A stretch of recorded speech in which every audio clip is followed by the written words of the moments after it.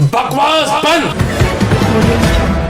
बात करूंगा मैं अतीक अशरफ कत्ल की और शाइस्ता परवीन की। जी हां, अब तक का अपडेट देता चलूं। आपने सुना होगा कि कल जो अतीक अहमद के वकील हैं मिश्रा जी, उनके घर के पास बम फेंका गया। हालांकि बम देसी था, लेकिन दहशत फैलाने के लिए काफी था। बम क्यों फेंका गया?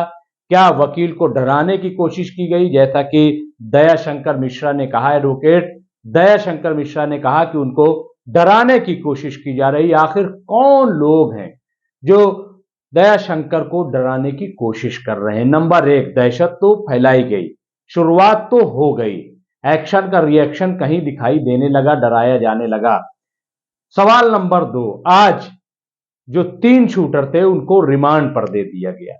यह ताजा अपडेट है। उनको रिमांड पर 4 दिन की रिमांड पर भेजा गया है और आज जब अदालत में उन तीनों शूटरों को पेश किया गया तो सिक्योरिटी काफी सख्त कर दी गई थी, ताकि कहीं ऐसा ना हो कि ये भी शूट कर दिए जाएं, इन्हें भी कोई मार दे। इसलिए काफी जो है शील्ड में लाया गया था। अतीक को शील्ड में नहीं लाया गया, जबकि अतीक के घर से बार बार कहा जा रहा था, अतीक ने भी कहा था, सुप्रीम कोर्ट ने भी हिदायत की थी। इसके बावजूद उनको खुलेआम आम आदमी की तरह लेके पहुंच गई थी पुलिस। लेकिन आज जो 3 शूटर थे उनको शील्ड के साथ पुलिस लेकर के गई, क्योंकि उन्हें डर था कि कहीं ऐसा ना हो कि ये भी शूट कर दिए जाए। कोई इनपुट नहीं था, लेकिन डर था। जहां इनपुट था वहां कोई डर नहीं था। खैर, तो ये दूसरा है। तीसरा ये है कि शाहगंज जो पुलिस थी उसमें एसआईटी ने एक बड़ी कार्रवाई की है और 5 पुलिस को सस्पेंड कर दिया है, जिसमें शाहगंज का एसएचओ भी शामिल है। तो 5 लोगों को सस्पेंड किया गया है। ये अब तक की अपडेट है।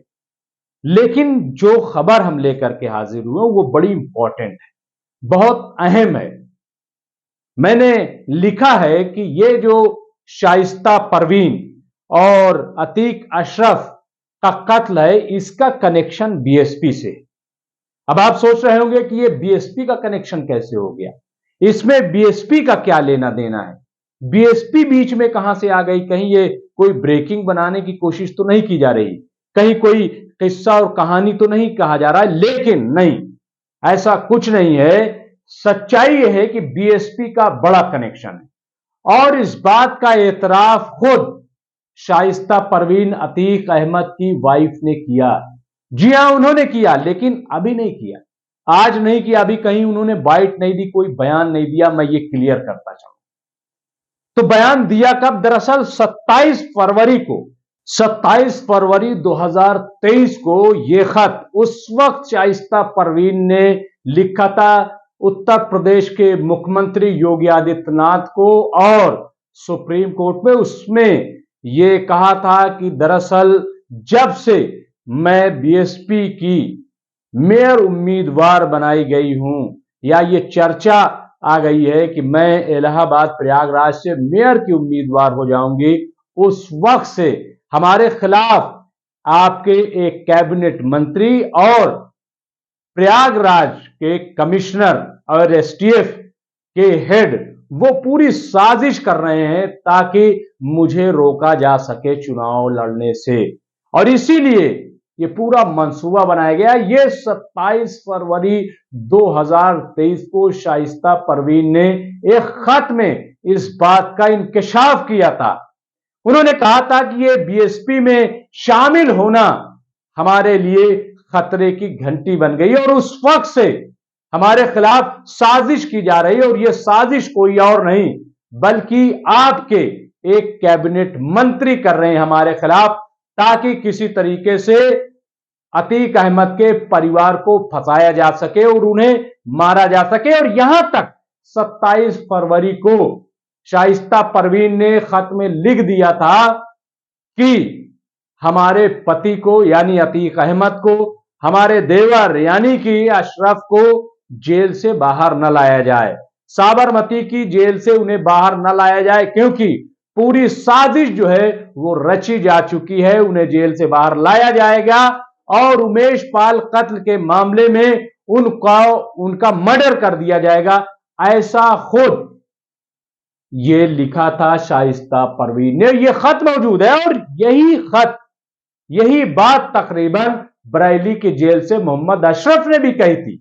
उसने भी एक खत लिखा था, तो दो दो खत मुख्यमंत्री को भी भेजे गए थे, कोर्ट में भी भेजा गया था, लेकिन इसके बावजूद कुछ हुआ नहीं। अब ये बीएसपी और अतीक का ये कनेक्शन क्या है? ये चुनाव कहां से बीच में आ गया? तो चुनाव तो अहम ही है, राजनीति तो ही है। भले ही माफिया डॉन आप अतीक को कहते रहे, आप गैंगस्टर कहें, वो सब अपनी जगह है। सियासत में कौन ऐसा है जो गैंगस्टर नहीं है?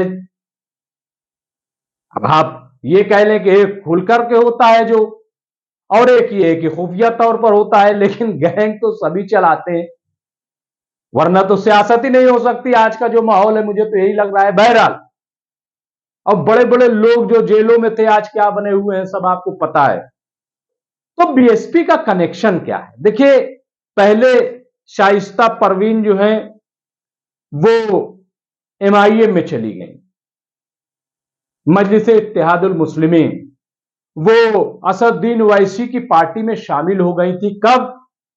जब उत्तर प्रदेश में 2022 का असेंबली चुनाव होना था, उसमें वो शामिल हो गए। उसमें उनका बेटा असद भी रैली में बराबर घूमता रहा, जिसके वीडियोस भी आप देखते होंगे, वो रैली के हैं दरअसल। उसमें वो उम्मीदवार बनाई गई, चुनाव लड़ा, लेकिन बहरहाल उसमें उनकी शिकस्त हुई। अब जब मेयर का चुनाव होना था, बल्दियाती निकाय चुनाव उत्तर प्रदेश में होना था, तो जहां से भी इशारा मिला हो, लेकिन शाइस्ता परवीन ने एमआईएम को छोड़ दिया और अब बीएसपी को उन्होंने ज्वाइन कर लिया।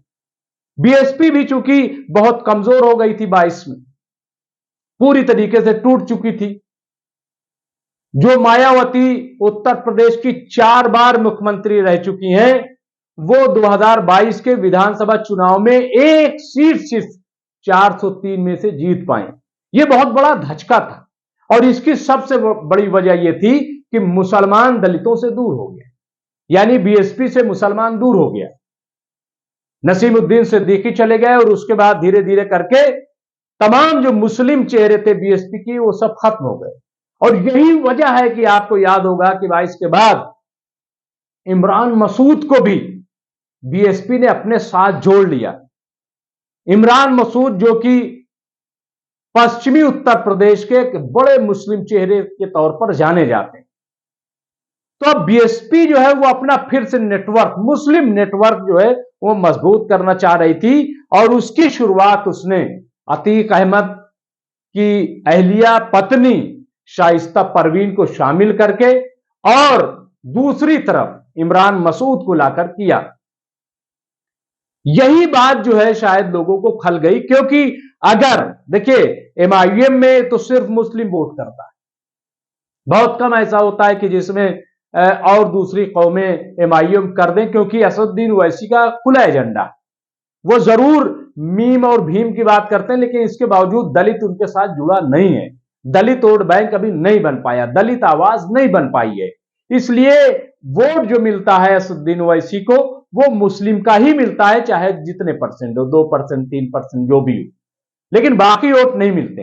लेकिन बीएसपी अभी उसके पास दलित वोट बैंक है, और ऐसे में अगर मुस्लिम वोट बैंक मिल जाए तो जो भी उम्मीदवार है उसकी जीत तय है। और यही वजह थी कि अतीक अहमद की फैमिली को बीएसपी मायावती जो है उन्होंने शामिल किया। शामिल करने की एक बड़ी वजह और थी। यह ठीक है कि अतीक अहमद के खिलाफ स्टोरी चलाई गई, लेकिन 100 मुकदमे हैं, लेकिन वो अभी तक मुल्जिम थे, मुजरिम नहीं थे। यह पहली बार ऐसा हुआ था कि उमेश अपहरण या अगवा करने के मामले में अदालत में उम्र कैद की सजा सुनाई थी, लेकिन यह शाइस्ता परवीन के ज्वाइनिंग के बाद की बात है, उमेश मर्डर के बाद की बात है, पहले की नहीं है।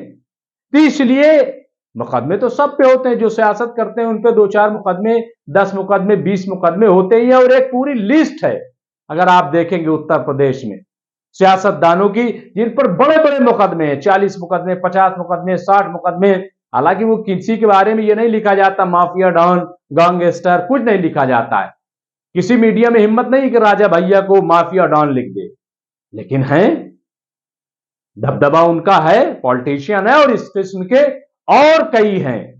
तो बहरहाल कहने का मतलब यह है कि ये जो बीएसपी में शमूलियत है, ये बहुत बड़ी वजह बन गई थी। और इसी का जिक्र शाइस्ता परवीन ने किया था कि जब से मैं बीएसपी में शामिल हुई हूं और यह कहा गया है कि मैं मेयर के उम्मीदवार बनाई जाऊंगी, तब से मेरे खिलाफ साजिश की जा रही है। और ये जो उमेश का कत्ल किया गया है, उमेश पाल का, ये मेरे पति ने नहीं किया, मेरे किसी घर वाले ने नहीं किया है। इसकी सीबीआई से जांच कराई जाए महोदय, सीबीआई से जांच कराई जाए। और मुख्यमंत्री योगी आदित्यनाथ जी से कहा कि आप इसकी जांच कराएं। इसमें आपके ही एक काबीना मंत्री शामिल हैं और एसटीएफ के चीफ और प्रयागराज के पुलिस कमिश्नर इसमें शामिल हैं। इसमें आप हमें बचाइए। लेकिन उस पर किसी ने गौर नहीं किया, किसी ने तवज्जो नहीं की, क्योंकि खुल्लम खुल्ला जैसे उमेश पाल की पत्नी ने एफआईआर लिखवा दी और उसके बाद कार्रवाई शुरू हो गई, दनादन इनकाउंटर शुरू हो गए। फौरन आनन फानन में योगी आदित्यनाथ जी ने विधानसभा में बयान दे दिया कि माफियाओं को धूल में मिला दूंगा। बगैर सोचे समझे, बगैर गौर किए आप माफियाओं को धूल में मिलाइए। लेकिन जिस तरफ इशारा किया गया है, आप कानून व्यवस्था भी तो देखेंगे। अगर जांच की मांग की गई है तो उस पर भी तो गौर करेंगे कि अगर कोई जांच की मांग कर रहा है तो क्यों कर रहा है। कोई आपसे फरियाद कर रहा है तो आप तो सूबे के मुख्यमंत्री है, क्या आप किसी की फरियाद नहीं सुनेंगे? देखेंगे नहीं कि सच क्या है, गलत क्या है? लेकिन कुछ भी नहीं सुना गया। उमेश पाल की पत्नी को भी गुमराह किया गया और एफआईआर करवा करके, और इतना बड़ा कांड हो गया। और इसीलिए आज वो खत जो है शाइस्ता परवीन का, वो गर्दिश कर रहा है, एक बड़ा सवाल बन के खड़ा हो गया है। अतीक अहमद की पत्नी ने बार बार यह कहा कि बरेली से हमारे देवर को और साबरमती जेल से हमारे पति को बाहर न निकाला जाए, इनका कत्ल कर दिया जाएगा, पूरा मंसूबा बना लिया गया है। जी हां, ये शाइस्ता परवीन को पता हो गया था। अदालत से फरियाद की थी कि अगर इनको जरूरत पड़े तो आप वीडियो के जरिए आप इनसे बयान ले लीजिए, पूछताछ कर लीजिए, लेकिन जेल के बाहर मत लाइए, इनका मर्डर हो जाएगा, इनका कत्ल कर दिया जाएगा।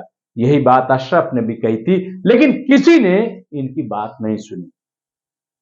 तो यह है बीएसपी का कनेक्शन। बहरहाल अब देखना यह है कि ये जो चिट्ठी है जो 27 फरवरी 2023 को लिखी गई है, ये अब नई जांच में, ये जो सुनवाई होने जा रही है 24 अप्रैल को सुप्रीम कोर्ट में, उसमें क्या होता है। और ये जो यूपी सरकार अब कार्रवाई कर रही है कि 5 लोगों को सस्पेंड कर रही है और अब उनको रिमांड पर ले लिया गया, इतने दिनों तक रिमांड पर नहीं, बहरहाल अब रिमांड पर ले, इसका क्या असर होगा, क्या कहती है जाकर के यूपी सरकार, ये देखने वाली बात होगी। बहुत बहुत शुक्रिया।